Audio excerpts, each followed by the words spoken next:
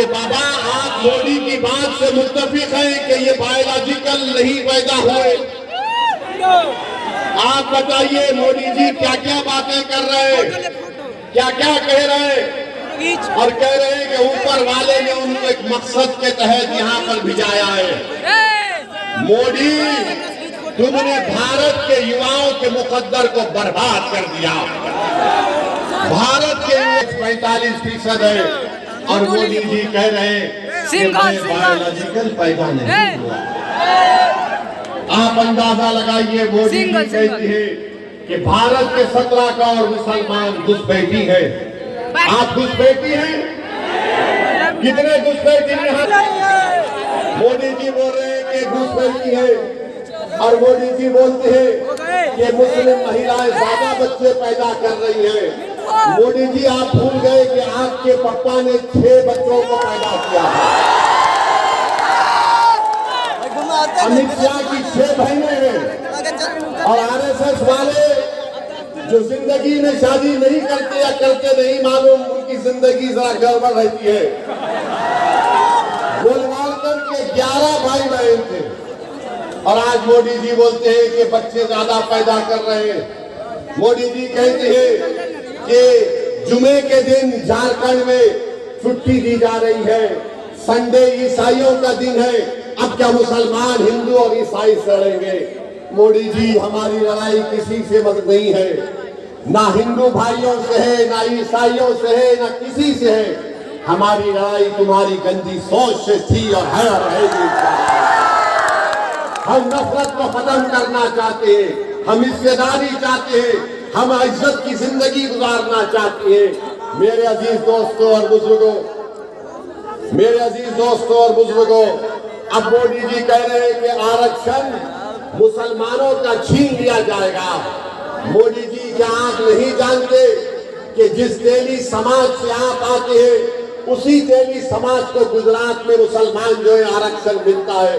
मेरे भाई, आप ये भी जानते हैं कि मोदी जी मंगल पांडे की बात तो करते हैं कि पूर्वांचल का बेटा था, मगर मोदी जी, पूर्वांचल का बेटा मुख्तार अंसारी भी है।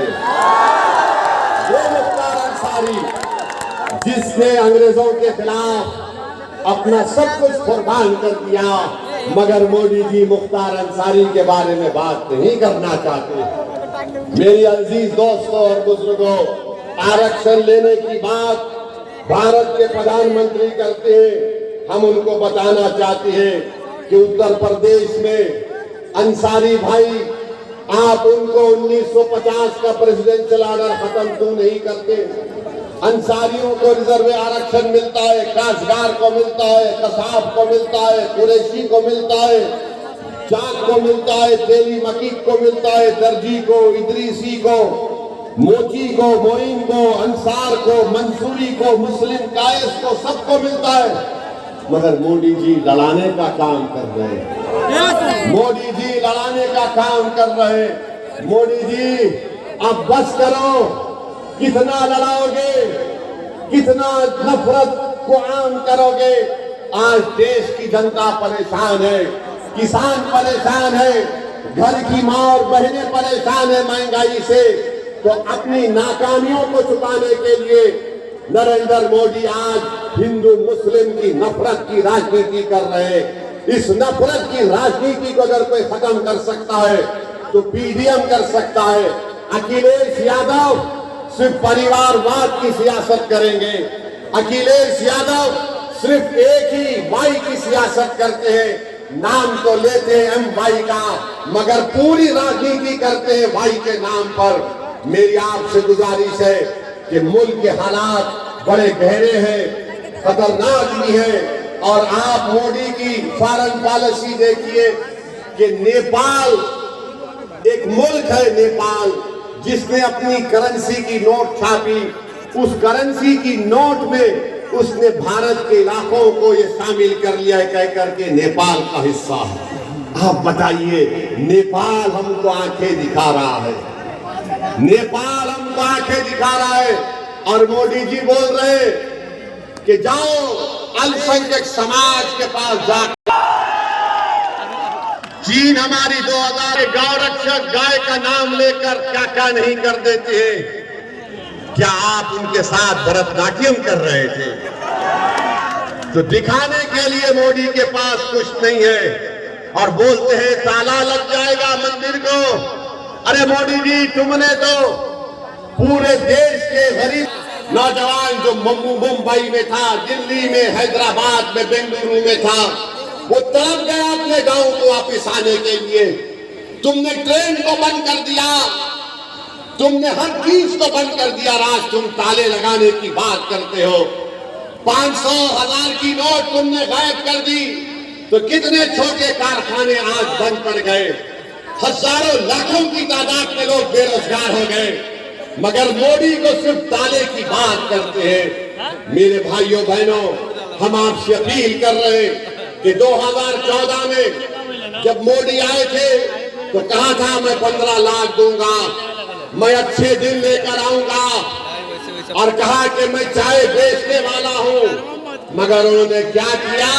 उन्होंने देश को बेच दिया चाय के नाम पर। 2019 का लोकसभा का चुनाव आया तो मोदी चाय वाला नहीं बोले, मोदी अच्छे दिन भूल गए, 15 लाख भूल गए, कहा मैं चौकीदार हूं। 2019 चला गया, अब 24 आया है तो मोदी कह रहे मंगलसूत्र निकाल लिया जाएगा। मोदी कह रहे कि घुसपैठी है। मोदी क्या क्या आप कह रहे हैं।